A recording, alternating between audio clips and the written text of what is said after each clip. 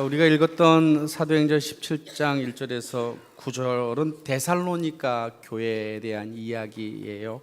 빌립보 교회에서 복음을 전하고 빌립보 지역에서 복음을 전하고 교회를 세웠던 사도 바울이 데살로니가 마게도냐 지역의 수도 데살로니가로 자리를 이렇게 옮겨가게 돼요. 그런데 이 데살로니가 교회는 좀 독특하게 오늘 본문 2절에 보니까 바울이 자기의 관례대로 그들에게 들어가서 새 안식일에 복음을 전해서요, 성경을 논해서요. 여기서 말하는 이 성경은 구약 성경을 히브리어를 헬라어로 바꾼 70인경, 그래서 구약 성경만 있는 거예요. 그 구약 성경을 가지고 3주 동안이 아니라 3일, 안식일 3번, 안식일에 3번만 사람들하고 같이 말씀에 대해서 강론하기 시작했는데, 강론의 내용은 간단하고 단순했어요. 3절에 보니까 뜻을 풀어 그리스도가 해받고 죽은 자 가운데에서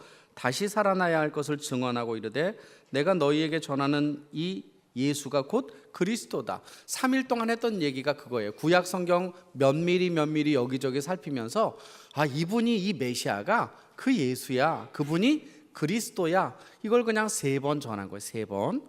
그런데 그렇게 전하는데 회당에 있었던 헬라인 유대교인들과 유대인 유대교인들과 귀부인 여자들 중에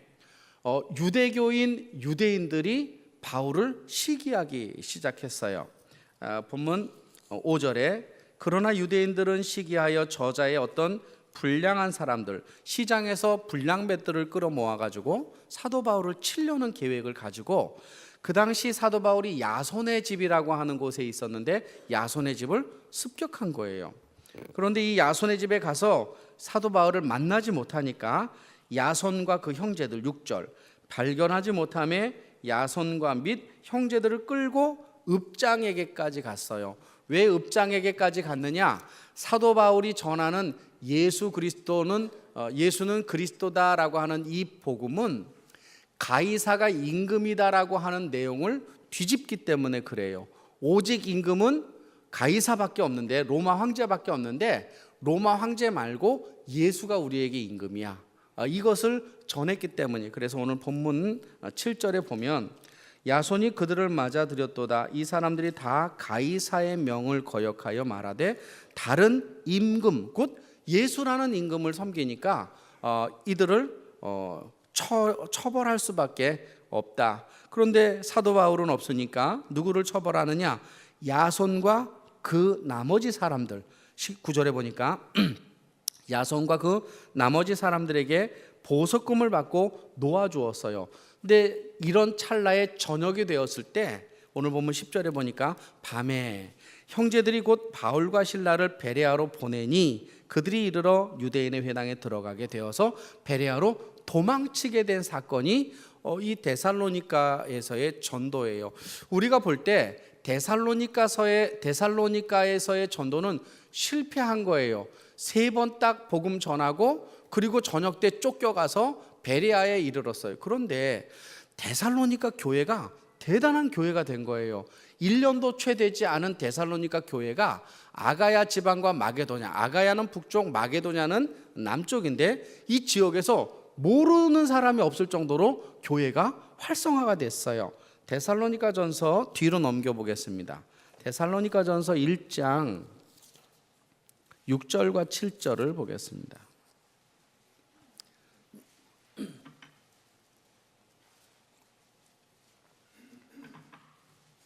6절을 제가 읽어볼게요.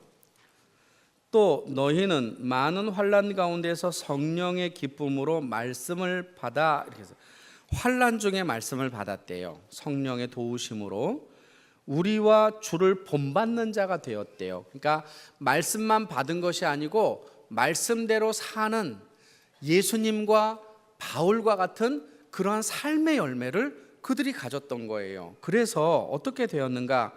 데살로니가전서 1장 8절 같이 읽겠습니다. 시작. 주의 말씀이 너희에게로부터 마게도냐와 아가야에게만 들릴 뿐 아니라 하나님을 향하는 너희 믿음의 소문이 각처에 퍼졌으므로 우리는 아무 말도 할 것이 없노라 이런 거예요. 우리가 3번밖에 전하지 않았는데 너희가 그렇게 믿음의 성장을 가져온 것을 이해할 수 없다. 우리는 더 이상 너희의 성장에 대해서 말할 게 없다라고 사도 바울이 지금 말하고 있는 거예요. 근데 중요한 것은 그들의 믿음이 도대체 무엇이었을까? 그 믿음의 핵심이 무엇이었을까? 8절 주의 말씀이 너희에게로부터 마게도냐와 아가야에만 들릴 뿐 아니라 하나님을 향하는 너희 마음, 하나님을 향하는 너희 마음인 거예요. 믿음이란 뭐냐? 하나님을 향하는 마음인 거예요. 믿음이란 내 눈으로 세상을 보는 게 아니라 하나님의 눈으로 세상을 보는 거예요. 내 인생을 내 식으로 해석하는 것이 아니라 하나님의 눈으로 내 인생을 해석하는 거예요. 우리 가정을 우리 가정의 형편대로 해석하는 것이 아니라 하나님의 눈으로 우리의 가정을 해석하는 거죠. 이게 믿음. 근데 데살로니가 교회가 너무 멋진 거예요. 그 소문이 파다하게 퍼진 거지요. 마태복음 16장 16절에 보면 예수님이 가이사라 빌립보에 이르러서 제자들에게 질문하죠. 얘들아, 사람들이 나를 누구라 하느냐라고 물으니 그들은 어떤 사람은 엘리야요, 어떤 사람은 요한이라 하더라 이렇게 해요. 그러면 너희들은 나를 누구라 하느냐라고 했더니 사도 베드로가 이렇게 얘기했죠. 주는 그리스도시요 살아계신 하나님의 아들입니다. 이렇게 고백을 했어요. 그랬더니 예수님이 뭐라고 말씀하셨느냐? 베드로야, 네 고백은 네가 한 게 아니라 하나님의 도움으로 한 건데 내가 네 고백 위에 교회를 세울게. 그런 거예요. 네 고백 위에 교회를 세울게 라고 하는 거예요. 우리 교회 이 터전 건축물은 120평 위에 세워져 있어요. 이 120평 위에 세운 게 교회인가요? 교회는 어디에 세우는 거죠? 교회는 주는 그리스도시요 살아계신 하나님과 나와 관계 있다라고 하는 신앙 고백 위에 교회가 세워지는 거예요. 교회는 건물일 뿐 교회는 다른 의미가 전혀 없는 거예요. 그 건물의 내용을 무엇으로 채우느냐에 따라서 교회가 될 수도 있고 도서관이 될 수도 있어요. 신앙도 역시 마찬가지예요. 내가 예수를 믿고 예배드리러 이 자리에 앉아 있는데 나의 삶의 고백이 주는 그리스도시요 살아계신 하나님의 아들이라고 하는 신앙 고백이 내게 있을 때 하나님은 나를 통해서 내 인생의 교회를 세워나간다라고 하는 것이죠. 근데 중요한 건 그거죠. 우리가 다 하나님을 믿고 다 이 교회 공동체가 하나님을 말하지만 과연 우리가 하나님을 향하여 우리의 삶을 드리고 있느냐의 문제이고, 또 하나는 나의 믿음에 대해서 내가 강조하고 싶고 나의 믿음에 대해서 내가 자랑하고 우리 교회 공동체에 대해서 우리가 자랑하고 괜찮다라고 말하는 것, 그것 참 중요하지만 밖에서 우리를 볼 때 아가야와 마게도냐 지방에서 너희를 볼 때 과연 우리 교회는 어떻게 평가받고 있느냐의 문제인 것이죠. 나의 믿음은 하나님이 보셨을 때 어떻게 평가하느냐, 나는 정말로 잘 지어져 나가고 있는가. 세상의 교회와 세상의 사람, 교회인 사람은 완벽할 수가 없습니다. 그러나 중요한 것은 하나님이 기뻐하기는 성장할 수 있다라고 하는 사실이죠. 오늘 이 데살로니가 교회는 3번밖에 복음을 듣지 않고 어떻게 이런 교회가 될 수 있었을까? 데살로니가 교회라는 얘기는 데살로니가 사람들을 이야기하는 것이. 그러면 오늘 21세기의 우리의 삶에 과연 이들도 우리와 똑같은 하나님을 믿는데 우리도 이렇게 살아갈 수 있을까에 대해서 몇 가지만 한번 생각해 보려고 해요. 오늘 본문 사도행전 17장 2절로 돌아와서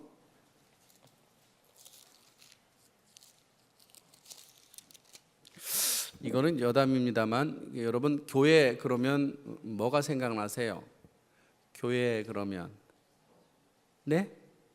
9시 예배 때는 세습 나왔어요. 세습. 교회 물어보면 요즘에는 돈, 그 다음에 거짓말, 말 잘하는 거, 그 다음에 분당, 분리하는 거, 싸움하는 거, 이게 이제 교회에 대한 이미지인 거예요. 제가 여러분에게 이렇게 한번 질문해 볼게요. 세상에서 교회를 무엇이라 말하느냐? 조금 전에 얘기했어요. 그럼 여러분은 교회를 뭐라고 말하죠? 여러분은 교회를 뭐라고 말할 건가요? 예? 여러분은 교회 그러면 뭐가 딱 떠오르나요? 똑같이 세습? 안 그래요? 에이, 정말? 진짜로? 예. 교회 그러면 십자가. 저는 교회 그러면 십자가, 교회 그러면 소망이 생각나요. 이 땅에 아무리 뭐라고 말하더라도 우리라고 하는 믿음의 백성이 정말로 십자가의 그 은혜와 주님을 향한 소망을 잃지 않기를 간절히 축원합니다. 자, 그러면 데살로니가 교회의 특징을 한번 우리가 살펴볼 텐데 2절에 보면 바울이 자기의 관례대로 그들에게 들어갔어요. 여기 관례는 습관대로, 바울은 가는 곳마다 습관대로 전도했어요. 전도하는데 안식일에 성경을 가지고, 새 안식일의 성경을 가지고 강론했어요. 월요일부터 금요일 오전까지는 텐트를 깁는 거 했어요. 돈을 벌어야 되니까 텐트를 깁고, 안식일 금요일 날 오후부터는, 저녁 때부터는 이제 회당에 가서 사람들과 같이 이야기를 이렇게 나누는 거예요. 자, 바울이 안식일을 지킨 것은 안식일을 지키기 위해서 지킨 것이 아니고 안식일 날 유대인들을 전도할 수 있기 때문에 안식일에 그곳을 찾아간 거예요. 그런데 그가 말했던 건 뭐냐면 3절, 3주 동안 3번에 걸쳐서 뜻을 풀어 그리스도가 해를 받고 죽은 자 가운데서 다시 살아나야 할 것을 증언하고 이르되 내가 너희에게 전하는 이 예수가 곧 그리스도다라고 예수에 대해서 이야기를 한 거예요. 그는 말씀을 강론했는데 말씀의 내용이 예수 그리스도예요. 그런데 그 예수 그리스도가 어떤 분이냐? 해를 당하고 그리고 죽으시고 살아났다라고 하는 것을 이야기하는 거지요. 바울이 이렇게 했을까요? 예수님은 옛날에 예수님이 계셨는데 그분은 해를 당하신 것 같아. 그리고 십자가에 달려 돌아가신 것 같고 그리고 부활했을 것 같다. 이런 이야기들이 들려라고 말했을까요? 아마 사도 바울은 그 예수가 나를 위하여 해를 당하고 그 예수가 나를 위하여 십자가에 지고 그 예수가 나를 위하여 부활했다고 복음을 나하고 적용해서, 복음을 나하고 대입해서, 복음을 나하고 투사해서 그가 분명히 이야기했을 거예요. 그가 3주 동안 복음에 대해서 이야기했는데 이 복음이 놀라운 역사를 일으킨 거예요. 여러분, 사실 교회는 돈으로 일하지 않잖아요. 그죠? 교회는 달란트로 일하지 않는 거예요. 교회는 무엇으로 일하나요?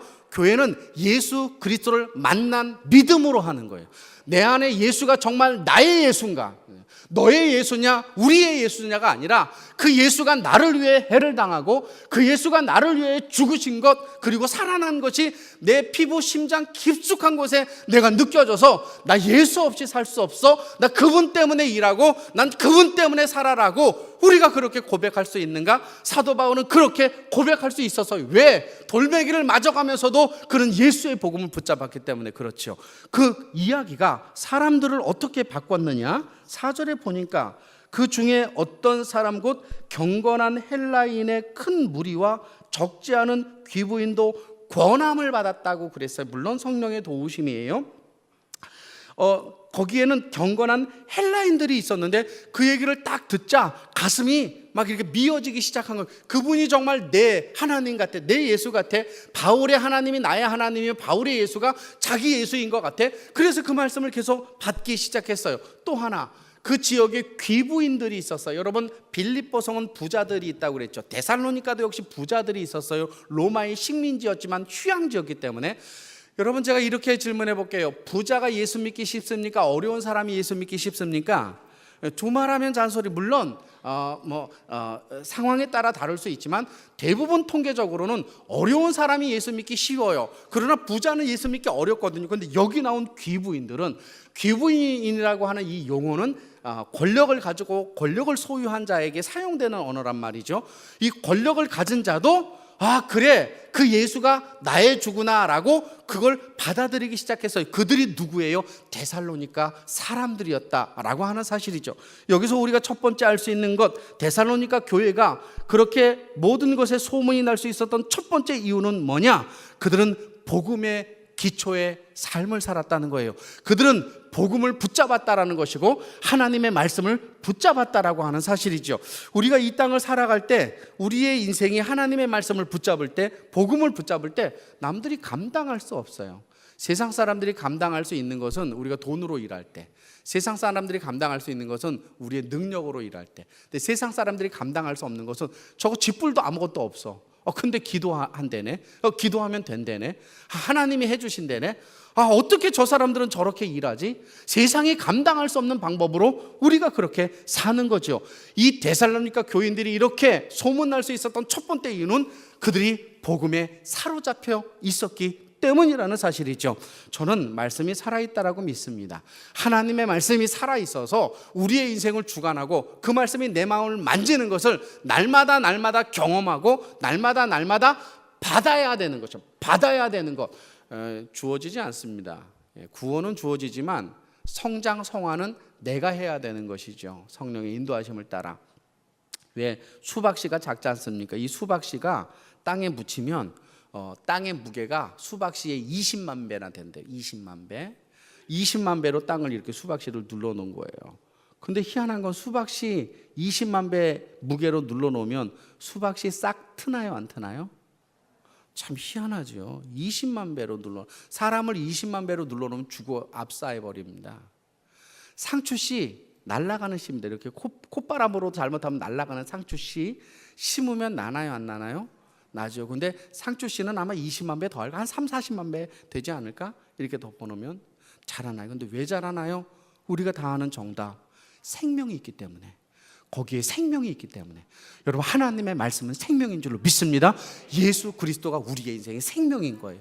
그래서 그들은 다른 어떤 환난 가운데서도 예수님 붙잡았기 때문에, 복음 붙잡았기 때문에 그들의 믿음이 견고해질 수 있었다. 이게 첫 번째입니다. 두 번째, 오늘 본문에 보면 유대인들이 시기를 해요. 5절에 보면 그러나 유대인들은 시기하여 동그라미, 시기하다라고 하는 단어는 다음 국어사전에서 이렇게 표현하고 있어요. 어떤 사람이 다른 사람을 또는 그의 잘된 일이나 좋은 점을 셈을 내서 미워하다, 이런 뜻입니다. 다시 한번, 시기는 어떤 사람이 다른 사람을 또는 그의 잘된 일이나 좋은 점을 셈을 내고 미워하다라고 하는 거예요. 그러니까 그 사람이 잘 나가는 거 너무 싫어서 시기는 미워하게 되는 거예요. 그런데 이게 원어로는, 헬라어 원어로는 젤로입니다. 젤로. 이게 전혀 다른 뜻이에요. 젤로는 여러분 잘 아는 단어 있어요. 유대인들에게 당이 있었는데 그 당 중에 하나가 젤러시, 열심당원이 있습니다. 이 젤로가 열심이라는 뜻이에요. 열심. 이상하지 않아요? 시기라는 단어로 번역된 이 단어가 원래 헬라어에서는 열심이라고 하는 단어예요. 열심. 근데 곰곰이 생각해 보면 이 단어가 시기로도 될 수 있어요. 왜냐하면 다른 사람이 열심히 하는 거 못 봐줘서 미워할 때 우리의 마음속에 시기심이 일어나고, 또 내가 열심히 일하면, 열심히 왜곡되면 시기로 바뀌어요. 참 희한하죠. 열심을 잘 다루면 그게 나의 하나님을 향한 뜨거운 열정이 되지만, 열심을 잘못 따르면 그게 미움이나 시기심으로 바뀌어요. 나는 열심히 하는데 왜 너는 이렇게 못하냐. 목사들이 많이 갖는 것 중에 하나예요. 리더십들이 많이 갖는 것 중에 하나. 우리는 그렇게 열심히 하는데 왜 당신들은 그렇게 못하느냐, 막 이런 거가 우리에게, 아니 저에게, 여러분에게는 없고 저에게 있지 않을까, 이런 거예요. 유대인들이 바울이 복음을 전했을 때 그동안 그들이 회당에서 아무리 똑같은 성경인 71경을 읽고 강론해도 아무도 사람이 변화되지 않았어요. 아무도 도전받지 않았단 말이죠. 좀 과격하게 표현한다면. 근데 세 번만 복음을 증거했는데 거기 있었던 헬라인이 뒤집어지기 시작하고 귀부인들이 변화가 일어나기 시작하고, 이게 도대체 뭐지? 이게 도대체 뭘까? 그들은 그런 마음속에 그의 열정, 자신들의 열정이 시기심으로 뒤바뀌어 버린 거죠. 그래서 그들은 어떤 생각을 했었느냐, 이거 안 되겠다, 처단하자. 그래서 바울과 실라와 그 일행들을 잡으려고 합니다. 5절, 그러나 유대인들은 시기하여 저자와 어떤 불량한 사람을 데리고 떼를 지어 성을 소동케 하여 야손의 집에 진입하여 그들을 백성에게 끌어내려고 찾았으나 발견하지 못하고 밑줄 한번 그어보세요. 발견하지 못했다. 이 발견하지 못했다라는 뜻은 재미나요. 뭐냐면 마주치지 않았다라는 뜻입니다. 마주치지 않았다. 그러니까 같은 지역 안에 있는데 마주치지 않은 거예요. 분명히 마주쳐야 되는데 마주치지. 분명히 거기 있으면 잡혀야 되는데 잡히지 않은 거예요. 이게 뭐예요? 하나님의 보호의 손길. 하나님의 보호의 손길이 누구에게? 바울 사도와 실라와 그의 전도단에게 있어요. 아직 잡히면 안 돼요. 아직 주의 복음을 전해야 되기 때문에 주의 주권으로 누구를 보살펴요? 바울과 그의 일행을 주님이 보살펴주고 있다는 것이죠. 여러분, 데살로니가 교인들의 믿음도 참 귀하고 헬라인으로서 귀부인으로서 복음 안에 붙잡혀 사는 것도 참 중요하지만 여러분, 교회가 서는데 필수적으로 있어야 하는 것은 위기 중에 도우시는 하나님의 손길이 있어야 되는 거예요. 우리가 살아가는 삶에 우리의 열심과 우리의 최선으로 우리는 얼마든지 우리의 아성을 쌓아나갈 수 있지만, 그러나 우리의 인생 속에 오는 위기는 그 누구도 막아낼 수가 없는 거예요. 근데 그 위기 속에서 하나님의 보호의 손길이 저와 여러분을 지키실 줄로 믿습니다. 사도 바울과 실라와 그 일행을 주께서 그렇게 마주치지 못하도록 붙잡아 주셨던 것이죠. 전 성경을 볼 때 참 재미난 부분이 있어요. 어떤 부분이냐면, 형제들이 요셉을 죽이려고 물 웅덩이에 던진 거예요. 근데 던졌더니 웅덩이에는 뭐가 없었더라? 물이 없었더라. 이거는 너무 소소한 거 아닌가요? 물 웅덩이에 물이 없을 수도 있죠. 팔레스틴인데 마를 수도 있죠.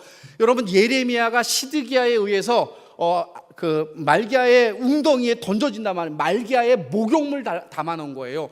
목욕물을 맨날 써서 이 목욕물에 물이 담겨져 있어야 되거든요. 근데 어때요? 이 예레미야를 거기 안에 딱 집어넣었더니 웅덩이에 물이 없었더라. 이게 예전에 제가 그 얘기했어요. 하영조 목사님이 북한에서 내려오다가 인민군에게 들킬 뻔했어요. 수색대가 쫙 하고 있는데 여기 이제 둘러놓 있다. 엄마 아버지하고 자기하고 이렇게 딱 둘러놓 있단 말이죠. 근데 인민군이 딱 오다가 갑자기 여기다 코를 대고 이쪽으로 불었어요. 왼쪽으로 팍 이렇게 코를 풀어서 그냥 지나가게 되었어요. 하영정 목사님 맨날 얘기해요. 뭐라고 해요? 내가 살았던 것은 인민군이 코를 왼쪽으로 풀어서 그렇다. 인민군이 코를 근데 하나님이 도우셨다는 거예요. 여러분, 이게 하나님이 도운 거예요. 여러분, 이게 하나님이 도왔다면 우리가 좀 더 민감하게 우리의 삶을 살펴보면, 여러분, 코 왼쪽으로 푸는 이 사소한 일이 우리 주변에 얼마나 많습니까? 내 인생에 얼마나 많습니까? 하나님의 보호하심과 하나님의 도우심이. 근데 우리는 그걸 잘 모르는 거죠. 잘 모르는. 이들이 바울과 실라를 잡으려고 했지만 하나님의 보호의 손길이 너무나 사소한 거에 마주치지 않게 만든 거예요. 마주치지 않게. 우리의 인생 속에도 여전히 그 은혜가 있을 줄로 믿습니다.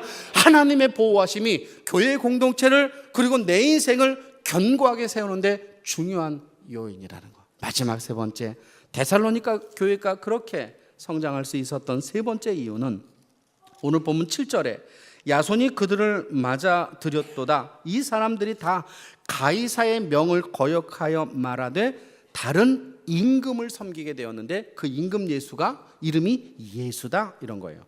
그러니까 무리들이 막 소동하고 야손과 9절, 야손과 그 나머지 사람들에게 보석금을 받고 놓았다. 보석금 밑줄 쫙 꺼보세요.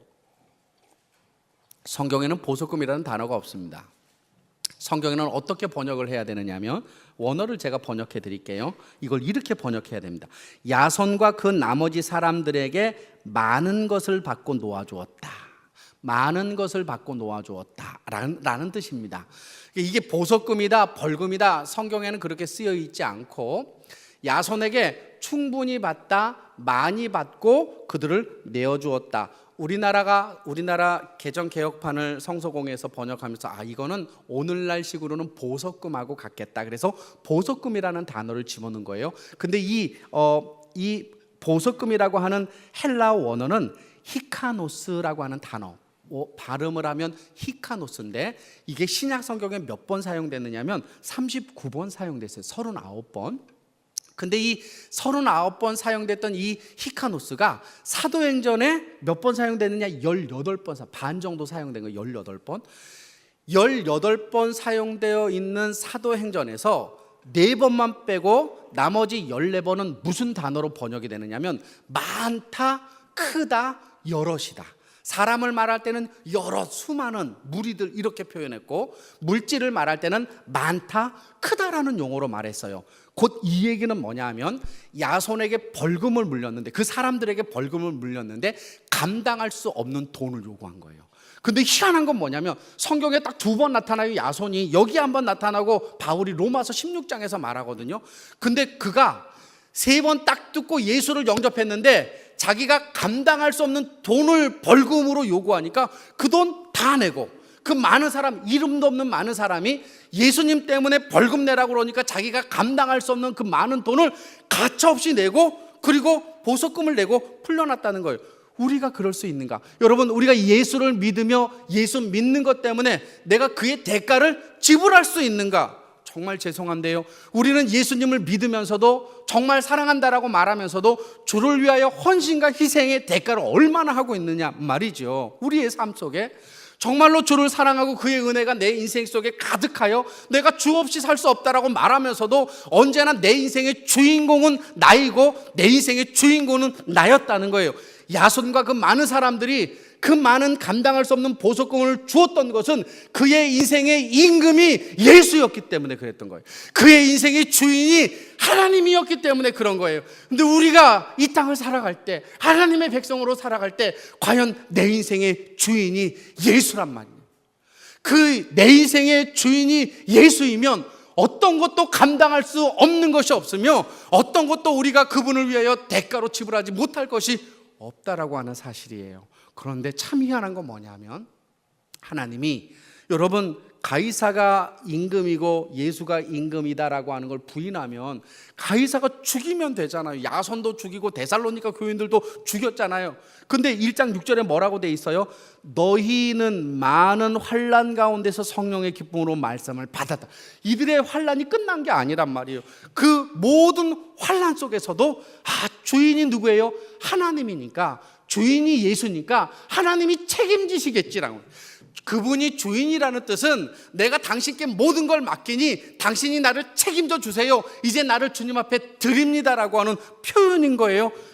그들이 환난 가운데 그렇게 아름다운 것들을 만들어냈다라고 하는 사실이죠. 저는 하나님을 주인으로 삼은 사는 하나님이 책임지시리라고 믿습니다. 하나님을 정말로 우리가 의지하고 살았던 다니엘, 목숨의 대가를 지불했어요. 왕의 진미를 먹지 아니하고 식물을 먹고 나중에 보자, 나는 내 목숨을 걸어서라도 뜻을 세워 나는 하나님을 섬기겠다, 그는 목숨 건 거예요. 여러분, 느헤미야는 자기의 직분, 자기의 장관직을 걸은 거예요.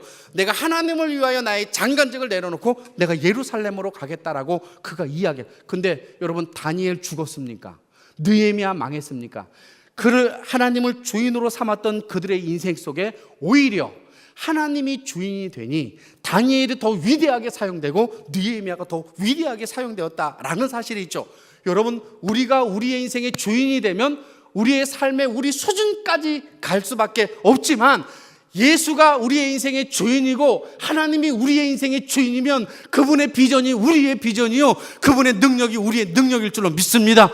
그 하나님을 우리가 믿고 살아가는 결단의 삶이 우리에게 있어야 한다는 거예요. 근데 데살로니가 교회는 1년도 안 되는데 그게 있었던 거예요. 예수가 주인이다 라고 하는 것, 랍비 탈무드에 보면 어느 날 랍비가 자기의 뒤를 이어서 스승의 자리를 물려주려고 제자들 모았어요. 그런데 제자들 중에는 좀 바보 같은 아이가 있어서, 이게 멍청한 아이가 있죠. 예전에 제가 그 예화 드렸나요? 어떤 똑똑한 사람하고 어떤 바보 같은 사람하고 28에 16, 28에 17. 똑똑한 사람은 28에 16이라고 말하고 좀 미련한 사람은 28에 15 이렇게 얘기했어요. 서로 맞다고 우겼어요. 누가 이기죠 이러면? 예? 우리 목소리 큰 사람이 이제 이기는 거예요. 28에 15, 28에 16. 그러니까 갔단 말이에요. 관청에 갔어요. 이거 판결해 달라고. 가서 얘기한 거예요. 아니, 저 사또어른, 28에 16이 맞죠? 28에 15가 맞습니까? 그랬더니 그래, 맞다. 그래놓고 이제 이방에게 얘기해.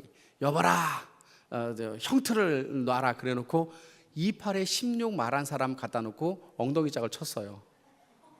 왜 엉덩이 짝을 쳤느냐 하면, 너는 28에 16과 28에 15를 구분하지 못하는 사람하고 싸우는 네가 더 미련하다.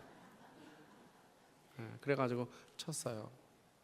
우리 중에는 그런 좀 이렇게 보기에 우스운 사람, 그죠? 만만해 보이는 사람, 막 함부로 해도 돼야 할 사람이 교회 공동체는 내지는 우리의 삶의 영역 속에 많지요. 이 스승은 근데 희한하게도 그렇게 어눌한 친구를 너무 사랑하는 거예요. 나중에 후계자를 뽑을 때 이렇게 얘기했어요. 너희들 숲속에 들어가서 하나님이 보지 않는 곳에서 이 새를 죽여가지고 가져와. 제일 먼저 가져오는 그 친구에게 내가 내 자리를 줄게. 그랬더니 길고 나르는 사람이 얼마나 많겠어요. 저 같은 사람 약삭 빠르고 어떻게 하면 될까 가면서 죽여서 돌아오는 사람 뭐 이런 거 아닐까요? 여러분은 더 하지 않겠어요? 그죠? 그 자리에서 이렇게. 근데 빨리 온 사람부터 쭉 있었는데 그 어눌한 그 친구가 안 온 거예요. 나중에 저녁 늦게 왔는데 살아있는 새를 들고 왔어요. 살아있는 새를. 이제 스승이 물어보는 거예요. 랍비가 너는 왜 새를 가지고 있으면서 죽이지 못했느냐 그랬더니 이 사람이 이렇게 얘기했죠. 내가 아무리 봐도 하나님이 없는 곳은 없습니다. 하나님이 없는 곳은 없어서 죽일 수가 없었어요. 이게 하나님을 주인 삼는 삶인 겁니다. 우리가 이 땅을 살아갈 때 그분이 내 인생의 주인이면 하나님이 우리 인생 책임지지 않을까요? 우리의 삶을 그렇게 드려서 그 은혜 가운데 승리하는 저와 여러분 되기를 간절히 소망합니다.